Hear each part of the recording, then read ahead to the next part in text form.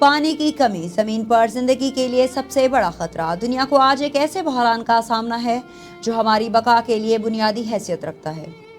زمین پر صرف 2.5% پانی پینے کے قابل ہے اور اس کا بڑا حصہ گلیشیئرز اور زیر زمین محفوظ ہے۔ ماحولیاتی تبدیلیوں کی وجہ سے گلیشیئرز تیزی سے پگھل رہے ہیں، جس سے نہ صرف سمندروں کی سطح بلند ہو رہی ہے بلکہ صاف پانی کے ذخائر بھی خطرے میں ہیں۔ صاف پانی کی قلت پہلے ہی دنیا کے کئی حصوں میں شدید اثر ڈال رہی ہے۔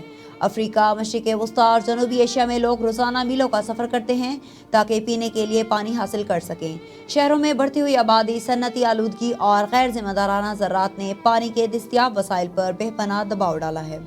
اس بحران سے نمٹنے کے لیے حکومتوں اور عوام کو مشترکہ اقدامات اٹھانے کی ضرورت ہے۔ حکومتیں پانی کے ذخائر کے تحفظ کے لیے سخت قوانین نافذ کریں، آبی آلودگی کو روکیں اور پانی کی تقسیم میں انصاف کو یقینی بنائیں۔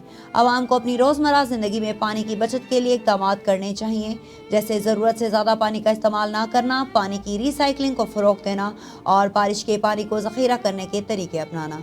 پانی زندگی کی بنیادی ضرورت ہے اور اس کا تحفظ ہماری اولین ترجیح ہونی چاہیے۔